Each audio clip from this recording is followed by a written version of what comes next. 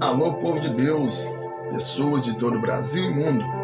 Estou aqui nessa hora para transmitir uma mensagem de Deus, a palavra sagrada. E por muitas vezes nós lemos essa palavra e não temos compreendido o que aqui está escrito. Eu quero aqui agora trazer uma revelação a qual Deus me deu em cima dessa palavra. Eu gostaria que você analisasse e também lesse aí na tua casa, e tirasse as conclusões. Por quê? A palavra de Deus ela está aqui escrita. Então, o que está escrito aqui e nos é revelado, irmãos, nós temos que compartilhar e nós temos que buscar entendimento do que está falando. Porém, o que está acontecendo hoje é que essa palavra que vai ser lida aqui, muitas vezes ela é lida, pregada nas igrejas, pregada onde se reúne um povo que vai adorar a Deus, e muitas vezes ela não é compreendida. As pessoas não compreendem o que está escrito acerca dessa palavra, entende? E muitas vezes tem que ser revelado. Então o Senhor quer que isso seja revelado. E nós estamos aqui para trazer a mensagem genuína, uma mensagem de amor, uma mensagem de alegria. Beleza? Então vamos estudar. A palavra hoje é Atos 2. Atos 2 diz assim, cumprindo-se o dia de Pentecostes, estavam todos reunidos num mesmo lugar. De repente, veio do céu um som como de um vento veemente e impetuoso e encheu toda a casa em que estavam sentados. Foram vistas por eles línguas repartidas como que de fogo, que foram vistas que pousaram sobre cada um deles. Todos foram cheios do Espírito Santo e começaram a falar em outras línguas, conforme o Espírito Santo lhes concedesse que falasse. Irmãos, quando a gente chega aqui nessa mensagem e quando fala que foram vistas por ele línguas repartidas como de fogo, e essas línguas se apousaram sobre a cabeça de cada um deles e começaram a falar noutras línguas, conforme o Espírito Santo vos concedesse que falasse. O que eu vejo hoje nos ministérios, nas igrejas, é as pessoas falando em línguas que dizem ser dos anjos ou língua do céu, e usam esse texto para falar que foram batizadas com o Espírito e falam essas línguas. Mas o que nós vemos aqui são pessoas que agora estão falando em outras línguas de outras cidades e outros países. E quem está ouvindo essa mensagem, que não entende a língua dos hebreus, a qual estava falando ali, a língua dos judeus, eles escutavam falar nas suas próprias línguas. E o que o povo precisa entender é que quando desce esse Espírito Santo aqui, o que ele faz é que essas pessoas preguem o evangelho, falem nas suas, para elas estão entendendo, só que o que acontece é que as outras pessoas que estão ali, que são de outros países, de outras línguas, entendem a palavra de Deus de uma maneira clara e viva, na sua própria língua. Vamos entender isso? Vamos lá. Versículo 5 diz assim, em Jerusalém estavam habitando judeus, homens religiosos, de todas as nações que estavam debaixo do céu.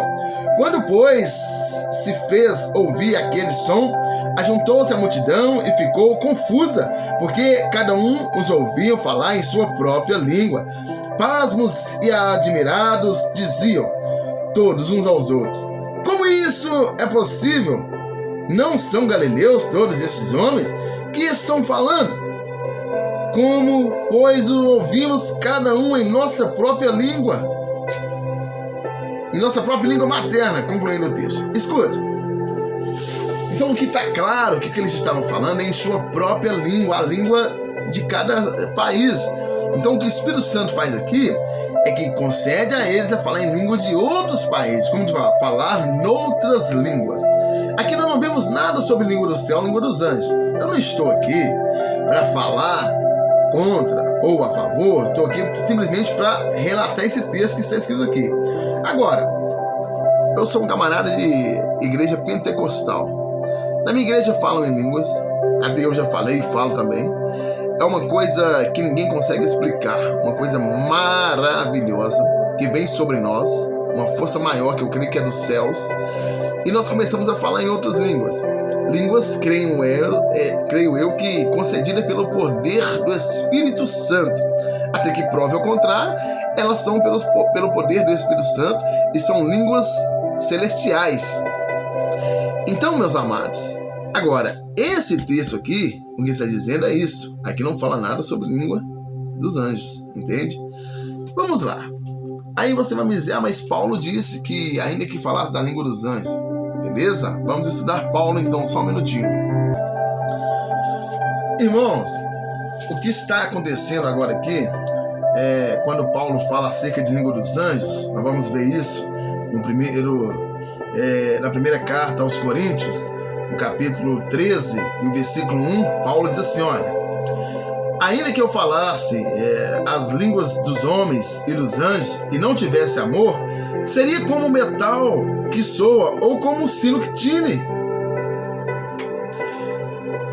Versículo 2. Ainda que tivesse o dom de profecia e conhecesse todos os mistérios e toda a ciência, e ainda que tivesse toda a fé, de maneira tal que transportasse os montes e não tivesse amor, nada seria. Continuando, ainda que distribuísse toda a minha riqueza, toda a minha fortuna para sustento dos pobres, e ainda que entregasse meu corpo para ser queimado e não tivesse amor, nada disso me aproveitaria. O amor é sofredor e benigno, e vai falar sobre várias coisas. Então Paulo traz uma série de ainda, dizendo, ainda que eu falasse a língua dos homens e dos anjos, nada disso adiantaria se não tivesse amor. Aqui está falando sobre a unção do Espírito Santo, a essência do Espírito Santo. Então, o que acontece? Quando ele fala, ainda que eu falasse, ele não está dizendo que ele fala, ainda que ele falasse. É o mesmo que você fala assim, se eu tivesse isso, é o mesmo que isso, entende? Então muitas pessoas pegam isso e falam, Paulo falou sobre a língua dos anjos, nós podemos falar, não é nada disso que acontece aqui, é uma questão de interpretar o texto. Você vai falar assim, esse camarada que está gravando esse vídeo aí, ele está totalmente perdido. Irmãos, se você conseguir me provar que esse texto aqui, ele está falando ao contrário, né, do que eu estou passando para você aqui, beleza, eu concordo, entendeu? Se você conseguir me provar, amém. Mas o que nós temos que entender é o seguinte, nós temos que servir a Deus com sabedoria, né? Na mais perfeita adoração, irmão. Deus é maravilhoso, Deus ele não se explica, é uma questão muito maior.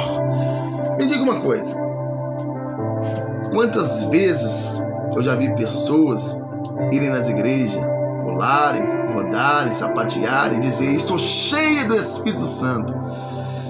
E quando você vai ouvir os vizinhos dessa pessoa, vão falar que são fofoqueiros, falar que são pessoas que xingam palavrões, falar que pessoas que andam totalmente desordenadas. Escuta, irmãos, quando a palavra fala sobre o Espírito Santo, o que é o Espírito Santo? O Espírito Santo simplesmente é amor, porque ele é Deus. Deus é amor. Então, se Deus é amor, o Espírito Santo também é amor. Então, aqui já fala, se eu falasse a língua dos homens ou a língua dos anjos, ainda que eu tivesse toda a ciência, ainda que eu profetizasse, se não tivesse amor, de nada adiantaria. Então, quando a pessoa está cheia do Espírito Santo, quer dizer que ela está cheia de amor. O que são os frutos do Espírito Santo? Bondade, benignidade, humildade, mansidão, domínio próprio. Então você conhece uma pessoa que está cheia do Espírito Santo quando ela tem esses frutos, a bondade, a humildade, domínio próprio, essas coisas e outras coisas a mais. E o maior deles é o amor. O que adianta a pessoa profetizar? Hoje nem se fala muito em profeta, né? Não tem profeta, a era profética acabou há muito tempo. Nós temos agora a época, o tempo da graça, a palavra de Cristo, e nós temos o Espírito Santo que está em nós, que vive em nós, glória a Deus por isso, aleluia. E a graça de Deus está sendo pregada sobre a terra.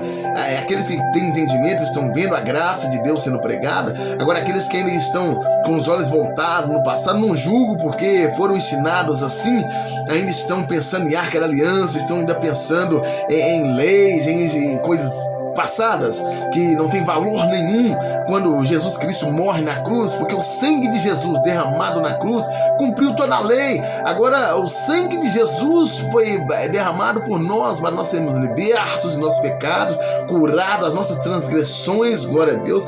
Então hoje o que temos de entender é que nós vivemos em um tempo que está prestes à volta do Senhor Jesus Cristo, está prestes a manifestar do Senhor nas nuvens, ou a igreja se encontrar com Ele em algum lugar no universo, glória a Deus.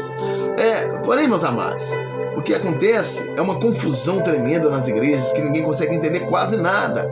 E essas coisas são infiltradas de uma tal maneira que falar sobre isso acabam nos demonizando, jogando pedra em nós, caluniando, mas não querem ler e entender a palavra de Deus. Se ler, vai entender. A Bíblia fala assim, aquele que tem entendimento, leia e entenda. A questão aqui, meus amados, é servir a Deus de uma maneira sólida, uma maneira maravilhosa, uma maneira gostosa, uma maneira... A Bíblia fala assim, falando com a mulher que estava, a samaritana, que estava ali no poço de Jacó, Jesus no poço de Jacó, aquela mulher chega e ele fala, ela pergunta algumas coisas sobre ele, não vou falar tudo aqui, mas a parte mais importante é assim, Senhor, onde é o local que devemos adorar? Os judeus dizem que é em Jerusalém, nós adoramos no monte, qual é o lugar? Rapidamente aqui, para explicar bem rápido, que o tempo é curto, Jesus fala assim, em verdade vos digo, chegará o tempo, e na verdade já chegou, que os verdadeiros adoradores o adorarão em espírito e em verdade. Entende, amado? Cristo, o Senhor Jesus Cristo, Ele já veio, Ele está em nós, o Espírito Santo está em nós. Então nós temos que adorá-lo em espírito e em verdade. Irmãos, reflita um pouquinho sobre essa mensagem. Amém?